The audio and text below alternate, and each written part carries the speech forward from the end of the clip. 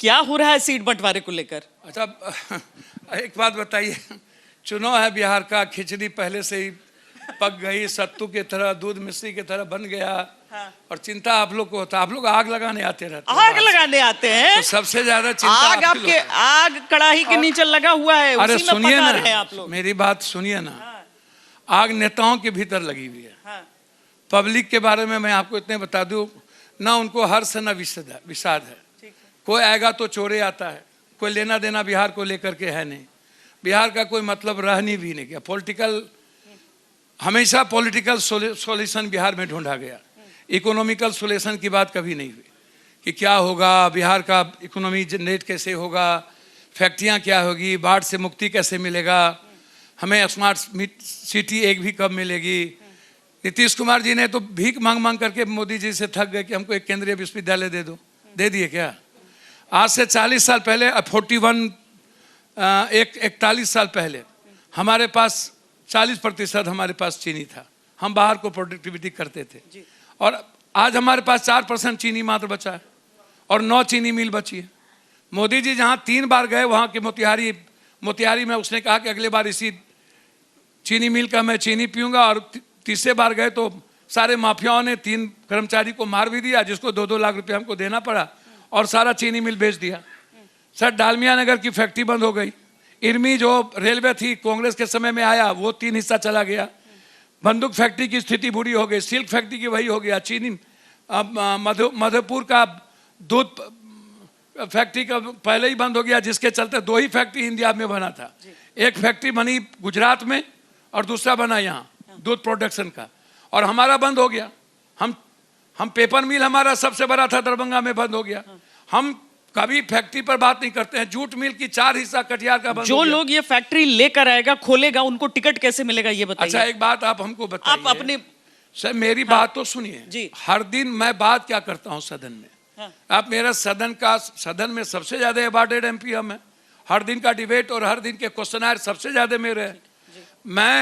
आप नीतीश कुमार जी की सरकार लगातार 20 सालों से 16 साल एनडीए के साथ रही। डबल इंजन की सरकार रही। 33 से 36 हजार पर कैपिटा इनकम है बिहार की। लगभग 4.25 करोड़ के लगभग लोग बाहर हैं। 3 करोड़ 11-12 लाख लगभग जो लोग हैं वो मजदूरी करने गए हैं। लगभग 65 से 67 लाख लोग पढ़ने गए हैं। अब आप हमको एक बात बताइए, आप इन मुद्दों पर कभी चर्चा ही नहीं हमसे करते हैं। आप जब चुनाव आता है, लोग कहते हैं कि हमको वेतनमान करिए। ममता, आशा, आंगनबाड़ी, जीविका, टोला मित्र, न्याय मित्र, सेवक मित्र, ये कहते हैं कि हमको परमानेंट कीजिए। हमको चौकीदार कहता है परमानेंट कीजिए। हमको रसोईया कहता है परमानेंट कीजिए। लेकिन हम कहते हैं नहीं, चुनाव आएगा तो तुम्हारा हम 300-300 रुपया बढ़ाएंगे, तुमको हम घूस देंगे, और 300-600 रुपया बढ़ा करके तुम हमको 1100 रुपया बढ़ाएंगे, हमको तुम वोट दे दो। ये कह रहे हैं कि 10,000 रुपया तुमको हम डाल दिए। पप्पू यादव जी, आप जो जितने मुद्दे कह रहे हैं ना, ये सारे मुद्दे आप 8 बजे खबरदार देखिए, उसमें हम रोजगार क्यों नहीं नियुक्ति हो रही है, ये मुद्दे उठा रहे हैं। आप मुझे अभी बताइए ना, आज तो मुझे लगता है कि आपके कार्यकर्ता, टिकटार्थी सब सुनना चाहते हैं कि कब मिल रहा है। कल है लास्ट डे पहले चरण के लिए नामांकन। अच्छा, एक बात बताइए, आप इंडिया और एनडीए, एनडीए डबल इंजन की सरकार यहाँ थी, है। कल कुशवाहा जी ने कहा कि इंडिया अलायंस में, एनडीए अलायंस में कुछ भी अच्छा नहीं है। ठीक है। मांझी जी ने कहा कि एनडीए को भुगतना होगा। गिरिराज दा ने कहा कि बीजेपी मुगलताई में ज्यादा न रहे। कुशवाहा जी लगातार लव लेटर अपना लिखते जा रहे हैं, संदेश देते जा रहे हैं, लिखते जा रहे हैं। नीतीश कुमार जी घी और के देख रहे थे त्रिनेत्र। वो देख रहे थे कि कितना विभीषण हमारे यहाँ पैदा हुआ है। जैसे विभीषण सबका पता चला और जैसे देखा कि अरे बाप रे बाप, जिसको हनुमान हमको बर्बाद किया, उसको इस बार गिफ्ट मिल गया। तो नीतीश कुमार जी को लगा ये तो खंजर भोंकने का काम हो रहा है चिराग के लिए। अरे भैया, अब हम वो खुद खुल के बोलते थे कि मैं हनुमान हूँ। अब कैसा हनुमान है कि राम बचा भी नहीं पाए। आप पहले तो आप हमको एक बात बताइए। प्रधान जी को बुलाए, नीतीश कुमार बोला मुख्यमंत्री बनाना है बीजेपी का, जाइए बनाइए। और सम्राट का बोला आप बाहर रहिए, और अपने बीबीसी सबको बोला कि सब देख लिए। तो भैया नीतीश कुमार 1.5% वोट लेकर के 20 साल से, तो पॉलिटिशियन तो वही है, और बीजेपी बड़ा चोरी छुके लुक्का छोड़ी कर रहे थे। 142 सीट पर लड़ना चाह रहे थे, लड़ लो 142 पर लड़ लो। नीतीश कुमार बोला आयो अबड़ी ऊंट पहाड़ के नीचे आया और उठा जगा और ऐसा परमाणु छोड़ा कि राम भी चित हनुमान भी चित। पर वो तो 101 पे आ अरे गया एक ना। बात सुनिए मैडम, आपको मगध का इतिहास का पता नहीं है। अच्छा जरासंध का नाम सुने हैं? जी, जिनकी वजह से कृष्ण जी रण छोड़ कहलाए। बाप रे बाप, नीतीशो मगधे का है।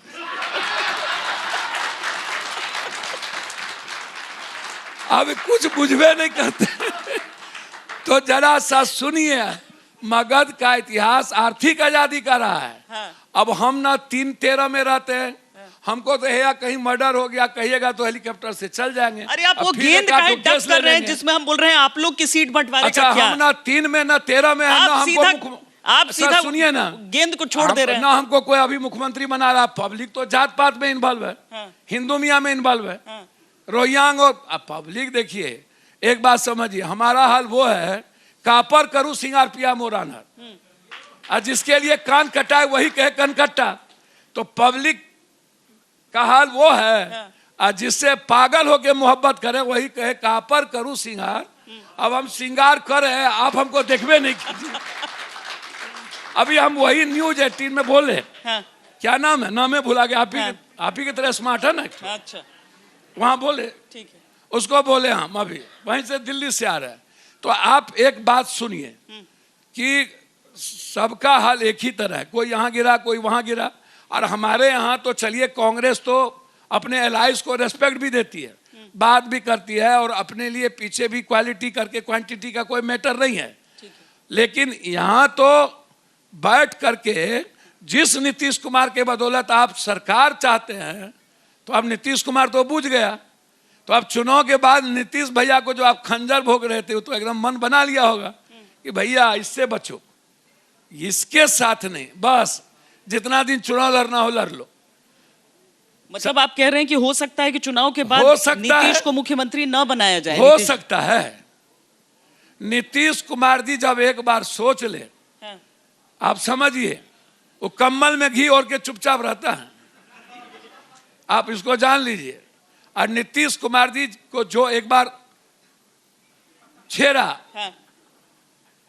तो उसका बाद जान लीजिए उसका बदला जो है ना जरासंध के तरह लेता है। कितनी बार बदला लेंगे भैया? जितना बार आप नीतीश को छेड़ते रहिएगा उतनी बार।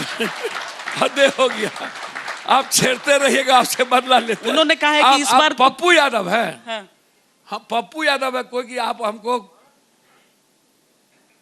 हम बेटा हैं, हम सेवक हैं, अपना घर में बेटा हमको कोई सेवक देखबे नहीं करेगा, पड़ोसी को देखते रहता है। नहीं, अच्छा आप बोल रहे हैं कि कांग्रेस पार्टी सबका सम्मान करती है, अपने साथियों का। आरजेडी सम्मान कर रही है साथियों का। अब चाहे एक बात समझिए, आरजेडी के बारे में तो सबको पता है। अब हम लोग तो आरजेडी के साथ म्यूचुअल अंडरस्टैंडिंग करके ही चलते रहते हैं, और हम लोग की तो आदत हो गई है आरजेडी के तरीके के साथ चलते रहो चलते रहो चलते रहो।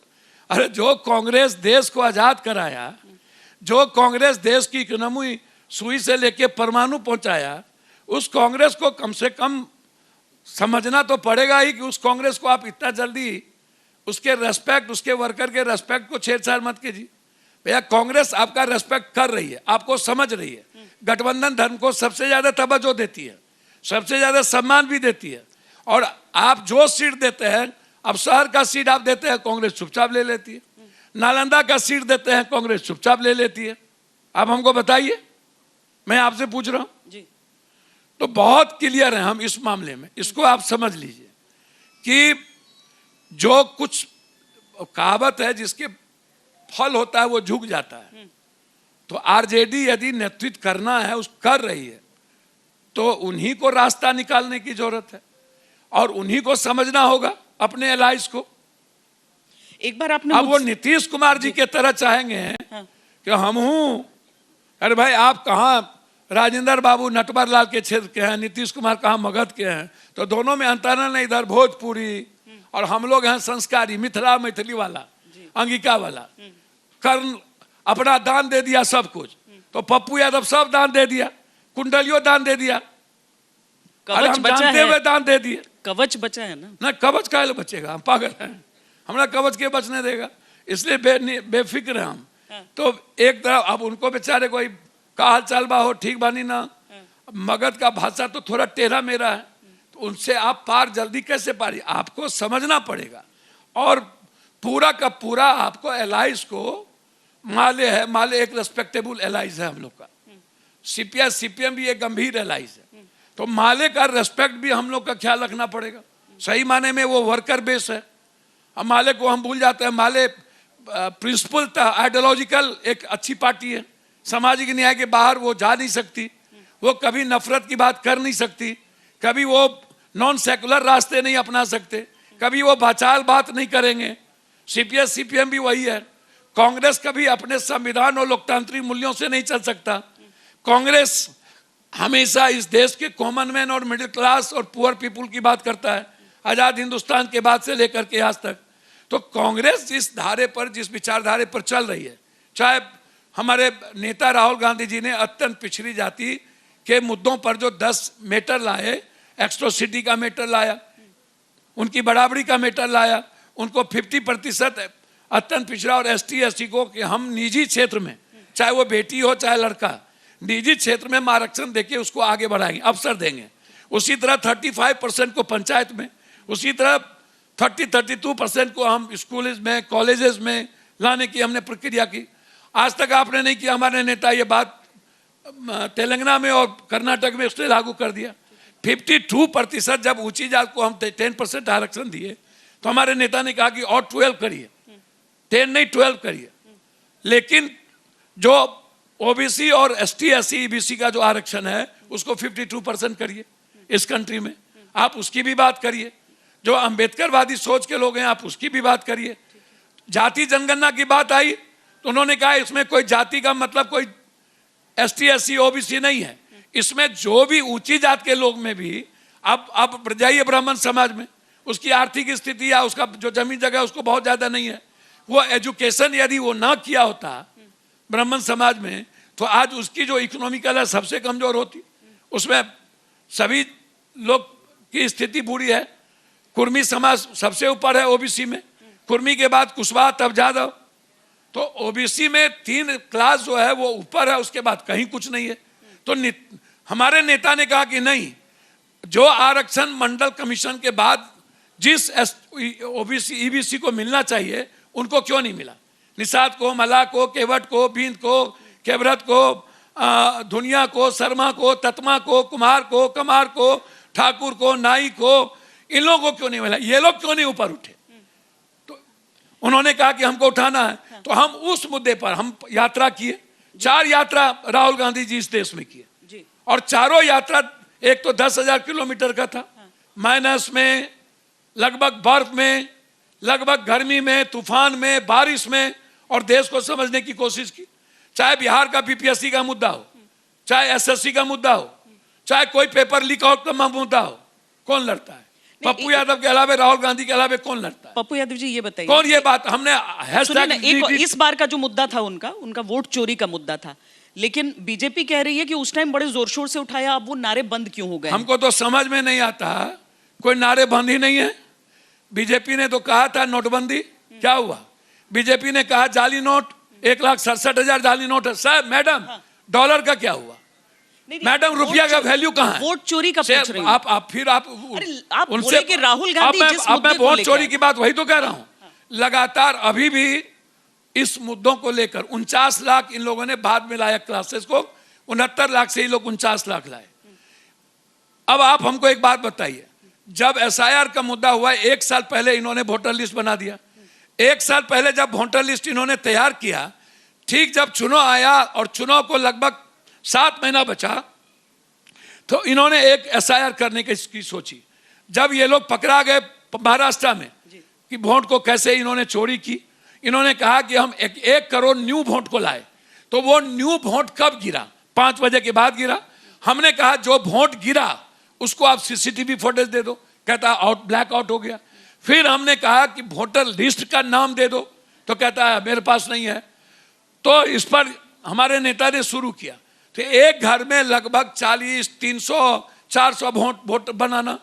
हरियाणा में भी वही हुआ, बेंगलोर में भी वही हुआ, पकड़े गए। जब ये वही बात मैं कह रहा हूँ, जब बिहार में लगा कि बिहार में लगा कि मैं कैसे जीतूंगा, इसके पास कोई रास्ता नहीं था।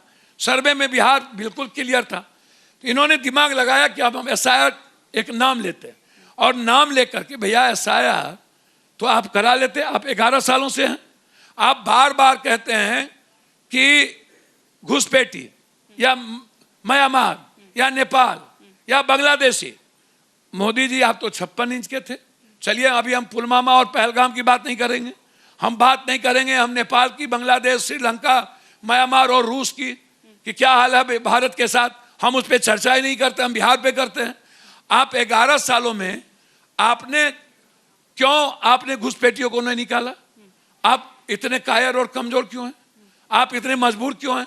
क्या आपको मना कर दिया नेहरू जी और राजीव गांधी और इंदिरा गांधी की नहीं आपको काम नहीं करना है, आपको रोक दिया? या राहुल गांधी आपको रोक दिया? तो मैडम आप 11 सालों में 400 भी घुसपैठ नहीं निकाल पाए। आप गूगल पर देखिए, आ गया। मनमोहन सिंह जी ने लगभग 40,000 घुसपैठ को निकाला, वो भी आपके गूगल पे। अब आप कहते हैं कि हम एसआईआर इसीलिए किए कि डबल नाम कितना है।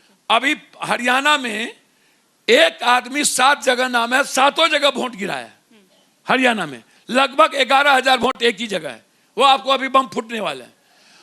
अब आप हमको बताइए, जब पप्पू यादव का नाम 2 जगह है, या किसी मंत्री का नाम आया, बीजेपी का नाम, कई मिनिस्टर का आया, तो आप हमको एक नोटिस दीजिए, या आप हमको एक नोटिस भेजिए कि आप अपना नाम सुधार कर लीजिए। पहले आपको नोटिस भेजना चाहिए, हमको नोटिस आज तक भेजे ही नहीं। आपने कह दिया लगभग 7 इतने लाख लोग डबल नाम वाले हैं। दूसरा आपने कह दिया लगभग 21 लाख लोग बाहर हैं और 11 लाख लोग मर गए। तो ये जो मर गए, बीएलओ है आपके पास, तो वो मरे तो आपको आप लिस्ट लटका दीजिए और उस परिवार के बारे में पूछ लीजिए। आप जो बाहर हैं इतने लाख लोग, तो आप पहले उनको नोटिस देते। आप कहते कि आप कहाँ हो, कितने दिनों से हो। आपने सीधा 49 लाख में भी 21 लाख को बाहर दिखा दिया। कौन है ये लोग? या तो एसटी है, एससी है, ईबीसी है, ओबीसी है, ये लोग काम करने गए और जो मरे नहीं। अब आपको मैं एक बात बता रहा हूँ, ऑब्जेक्शन उतना आया नहीं है। भैया मैं तो क्या कह रहा हूँ, हाँ। यदि ऑब्जेक्शन नहीं आया, हाँ। मैं आप उन्हीं से आप पूछिए कि आपने कहा घुसपैठ को ये लोग बचाना चाहते हैं। अब तो घुसपैठ नहीं बची, अब तो गया, अब रोहतांग भी गया। तो हम मोदी जी से आग्रह करेंगे कि आप बहुत मजबूत आदमी हैं, प्राइम मिनिस्टर हैं, आपके पास ईडी, सीबीआई, डर भर, पैसा, सब लोग है, सब कुछ है, अकूट पूंजीपति है, अकूट आपके पास झूठ बोलने की ताकत है। विशेष राज ले लो, विशेष पैकेज ले लो, 1.25 लाख ले लो, बाढ़ से मुक्ति नहीं मिली, हाई डैम बनवे नहीं किया। आप एक भी, पहली बार हमको तो समझ में जब कोई बोलता है ना मोदी जी के समय का विकास का और अभी के विकास का, तो मुझे आश्चर्य होता है। जब आप विकास किए तो आपको हमारे ही बिल्ली हमसे में हो, हमारे ही टैक्स का पैसा बैंक से निकाल के 10,000 हमको दे रहे हो, हमारे ही पैसा टैक्स का आप हमको कह रहे हो 1100 बढ़ा दिए, पेंशन हमको कह रहे हो कि आपको मैं 125 फ्री कर दिया, 125 यूनिट बिजली, 125 यूनिट बिजली का खेल समझिए। 125 यूनिट बिजली मिनिमम 3.2% लोग मात्र जलाते हैं। और वो उसके बाद देखिए स्मार्ट मीटर आया, स्मार्ट मीटर में इधर मैंने एक रीडिंग की, 12 पैसा 1 मीटर में एक्स्ट्रा इन्होंने बीच में जोड़ा। स्मार्ट मीटर लगाने वाला कौन लोग है? या तो अदानी जी, अंबानी जी, टाटा, बिरला, जितने देश के पूंजीपति हैं, उन्होंने एक स्टेट में 10-10 जिला ले लिया और उनको दे दिया गया कि आप स्मार्ट मीटर लगाइए। जैसे जियो को दिया गया था, जियो आया, बाप रे बाप पागल हो गया लोग, क्या हुआ हो, तो जियो आ गया, जियो आ गया, जियो आ गया। अब जियो आ गया, जियो आ गया, हमको लगा जैसे नोटबंदी हुआ था, हमको लगा क्या हुआ, हमने मना किया कि गलत है। भारत में ब्लैक मनी चलता है और ब्लैक मनी जिस कंट्री का इकोनॉमी सस्टेनेबल होगा वहां पर नोटबंदी कभी लागू नहीं हो सकती। हमारे हमको बोला पप्पू यादव पगला गए हैं, हम बोले हाँ ठीक है, भले पगला गए हम, छोड़ दीजिए, हमको कोई समझ इकोनॉमिक। हम सदन में बोले भाई आप हमको एक बात बताओ, नोटबंदी आपने कर दी, गरीब आदमी बड़ा ताली बजा रहा, हमने बोला की भेले, क्या हुआ? बोला साला हमारी अमीरों सब गए हमरे बराबरी में आप जीते। हम कह लिए बाहरे बाप हमरे बराबरी में आप जीते, तो हमको भी लगा कि बाहरे बा ये तो बड़ा अजीब बोल रहा है, हमरे बराबरी में आप जीते। हम कह ले कैसे आ जाएगा? तो अब हम वो सोचे कि हुआ क्या, तो बोला इसके पीछे दो कारण है। बोला मियाँ जी सबको ना सूद ब्याज बैंक में जमा नहीं करता है, क्योंकि उनके अल्लाह ने या इस्लाम में सूद ब्याज नहीं है। तो हमको कहा कि लोग कि मोदी जी इसीलिए नोटबंदी किए हैं कि ये ब्याज सूद लागू ना हो। अब मियाँ जी पर पैसा बाहर रहता है, सब गायब हो जाएगा, और कांग्रेस का जो पैसा है वो निकल जाएगा, वो नहीं है। तो हुआ कि क्या हुआ, बोला कि जितना स्विस बैंक वाला पैसा है वो मोदी जी के पास, अपने उन लोगों के आदमी के पास चल जाएगा। तो हम पूछे, हम एक आदमी से इकोनॉमिक्स को, प्रोफेसर बात्रा, अमृत सेन, इन लोग से डिस्कशन हुआ। हमने कहा क्या है, तो उन्होंने हमको पूरा फार्मूला समझाया। भैया हम उस पर नहीं जाएंगे अभी, उस फार्मूला में लगभग 110-12 लोग मरे भारत में, एक को ठो मियाँ नहीं मरा, सब हिंदुए मरा। हम बोले ब्याज सूद मियाँ जी के लिए था, हिंदू कैसे मर रहा है? मियाँ जी मरिए नहीं रहे। तो हमको लगा इसमें भी फेल कर गए। आप हमको कह रहे हैं ये जो स्मार्ट मीटर है इसको समझिए। अच्छा आपकी तो मोदी जी से अभी बात हुई थी ना? अरे भाई मोदी जी से बात हुई, स्टेज मोदी जी हमको बोले कैसे हैं पप्पू आप के? ठीक है। उन्होंने हमको कहा आई लव यू, हम कहा आई लव यू टू। गजबे गजबे बात करते हैं मोदी जी से बात हुई। देखिए आप कहां से कहां पहुंचे। एक पप्पू देखिए घड़ी का टिक टिक देखिए। अरे एक बार सुन लीजिए। नहीं पहले अब हमारे यहाँ मोदी जी गए, हम एमपी हैं वहाँ के, तो अच्छा था। तो हम क्या करें, हम मोदी जी को नाराज छोड़ दें कि नहीं आप ही सुनिए। आपने पिछले साल सुनिए ना मैडम, एयरपोर्ट हम लाए, अमृत भारत और क्या कहते हैं वंदे भारत हम चलाए, आप काहे ना चला लिए? आपके काम मोदी जी काहे ना अपने जिला में चला लिया, हम ही काहे चला लिए? बहुत बढ़िया। भागलपुर काहे ना चला, रक्सौल काहे ना चला? पप्पू यादव की यहाँ 6 महीना में हमने कहा था कि यदि मैं 6 महीने में प्लेन नहीं चलाऊंगा तो आई एम रिजाइन लोकसभा। ताली इस बात पर। अब ये बताइए हमको, पिछली बार जब आपसे बातचीत हो रही थी आपने कहा था कांग्रेस पार्टी अगर समय से जहाँ सब रास्ता बंद होता है वहीं से पप्पू का रास्ता शुरू। यहाँ पर है कि हमको खुशी नहीं होगा कि पूर्णिया में एयरपोर्ट बन गया। आसानी हो जाता है सब जगह घूमने फिरने में, बड़ा आसान। दिल्ली से सीधा पूर्णिया जा सकते हैं। घूमते रहते हैं, हमारे साथ घूमिए थोड़ा। अरे हम भी दूसरी दिशा से घूम रहे हैं। बाढ़ में चलिए, बाढ़ में हम भी बाढ़ में घूम के आए, बेतिया में जल जमाव हो गया था खूब। चलिए अभी तो चुनाव में घूमिएगा तो आप लोग का कुछ इकोनॉमी बढ़ेगा, इकोनॉमी बढ़ता है उससे। बिहार की चिंता केवल नेता को नहीं हो सकती है भाई साहब। सुनिए मुझे एक बात बताइए, छोड़िए हटाइए, छोड़िए हर सवाल का जवाब। अरे छोड़िए, तब तो गोबर गणेश है, ठीक है, थैंक यू, छोड़ दीजिए। हमको ये बताइए कि आपने कहा था, आपने कहा पत्रकार नहीं, बिहार वासी को होगी, एक बिहार की बेटी को होगी। नहीं बिहार की जनता को नहीं होगी, बिहार की बेटी को। नहीं वो आपको नहीं होगी। की जनता अपने बेटे का नहीं बोल रही हूँ, बेटी को जरूर होगी। और यहाँ मुझे एक बात बताइए, भविष्य के बारे में सोचता ही नहीं है। बॉल को डक करना चाहे हैं शुरू से, मैं उसी बॉल के साथ लास्ट में आपसे एक सवाल पूछना चाहती हूँ। आपने पिछले साल मुझसे एक बातचीत में कहा था कि कांग्रेस पार्टी अगर समय से तैयारी कर ले तो लीड कर सकती, यानी कि अकेले दम पर चुनाव लड़ सकती। इस समय रियलिस्टिकली स्पीकिंग आपके हिसाब से अगर आपको ये आजादी दी जाए, कितनी सीटों पर विनेबिलिटी के हिसाब से कांग्रेस पार्टी को टिकट मिल सकता है? हम कोई जोड़ी ही ना हीरा का परख करेगा। अब उनके घर में हीरा है और पड़ोसी के घर में वो देखने जाते हैं, तो हम क्या करें भैया? हम तो चुपचाप आप करें, हम तो एक ठो वर्कर के रूप में काम कर रहे हैं। 2 साल पहले से बिहार की जनता एक न्यू रास्ते की ओर देखना चाहते कि कुछ ऐसा हो जो मेरी बात करे, जो मेरे लिए जिए, जो मेरी खुशियों के लिए जिए, जो मुझे मुस्कुराने का अवसर दे, जो जस्टिस समय दे, जो मिनिमम रिक्वायरमेंट और फंडामेंटल राइट की बात करे, जो पैन कार्ड, आधार कार्ड, राशन कार्ड, क्या कहते हैं, ड्राइविंग लाइसेंस में पैसा न लगे। मेरे यहाँ हमने फ्री किया हुआ है। पैन कार्ड, आधार कार्ड, राशन कार्ड दिल्ली में जितना बिहारी है मेरे घर पर बनता है, हम सबको फ्री किए हुए हैं। पूर्णिया में सबको फ्री किए हुए हैं। एक भी राशन कार्ड में 3500 रुपया किसी को नहीं लगेगा जब तक मैं जिंदा हूं। आप एक भी मेरे यहाँ, और जितने गरीब लोग रहते हैं बिहार और यूपी झारखंड के, सबको इलाज फ्री है मेरे यहाँ। मेरे यहाँ पूरा का पूरा 32 रूम बना हुआ है और मैंने कह दिया 1 रुपया किसी का खर्चा गरीब का भारत का नहीं होगा। जब तक मैं जिंदा हूं तब तक उसके इलाज बगैर पैसे के धरती पर कोई नहीं मरेगा। टाइम अप हो गया। एक सवाल का जवाब शुरू से अभी तक नहीं दिए। कांग्रेस पार्टी को कितनी सीट रियलिस्टिकली मिलनी चाहिए? कांग्रेस पार्टी, मैं बार बार कहता हूं कि हमारे नेता इस बिहार को बचाना चाहते, उसके अधिकार को। हमारे नेता के लिए कुर्सी यदि होती है तो मनमोहन सिंह के सेकेंड बार ही वो पीएम हो गए होते। वो कभी भी कांग्रेस कभी कुर्सी, इतना पावर वो देख चुके हैं कि लोभी लालची नहीं है। हमारे नेता 10,000 किलोमीटर चलते हैं। हमने साफ शब्दों में कहा है कि हमारे लिए सीएम और डिप्टी सीएम मुद्दा नहीं है। हमारे लिए मुद्दा है कि इंडिया गठबंधन और इंडिया को चाहने वाले जो बिहार के यूथ हैं, जिनको यूपीएससी, बीपीएससी, एसएससी, जो पढ़ने बाहर जाते हैं, जो पलायन हो रहा है, उसको रोकने का। मक्का और मखान पर कैसे हम अपने लाइफ को सस्टेन करें, फूड प्रोडक्टिविटी पर हम कैसे लाइफ सस्टेन करें, बाढ़ से हमें कैसे मुक्ति मिले, ये इंपॉर्टेंट है मेरे यूथ के लिए। हमारे यूथ के लिए इंपॉर्टेंट है कि क्वेश्चन पेपर लीक आउट नहीं हो। हमारे यूथ के लिए इंपॉर्टेंट है कि जो कॉलेजेस में जब मेरा एग्जामिनेशन होना हो, जब भी समय पर नहीं होता है, हम 3-3 साल 4-4 साल सफर कर जाते हैं, हम बाहर में एग्जाम नहीं दे पाते हैं, हम उस पर बात नहीं करते। हम अपनी बेटियों पर बात नहीं करते हैं कि हम बेटियों को क्या करना, उसको कैसे 10,000 रुपया 40,000 रुपया महीना देंगे। हम उम्मीद करते हैं कि नेता ऐसे ही नेताओं को टिकट मिले और ऐसे ही नेता चुनकर आए। भैया, जो जब से बड़का जातिवादी होगा ना, पैसा माफिया वाला टिकट उसी को मिलेगा।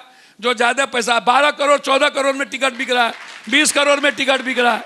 क्या बोलते रहते हैं मैडम? चलिए, बिहार में भला आदमी को टिकट मिलता है, नेता की तरफ से स्वीकृति आई है। नेता कहाँ आ गए? जो जितना बड़ा उन्मादी जी, जो जितना बड़ा धूर्त, उतना बड़ा नेता। बहुत बहुत धन्यवाद पप्पू यादव। धन्यवाद, नमस्कार, प्रणाम।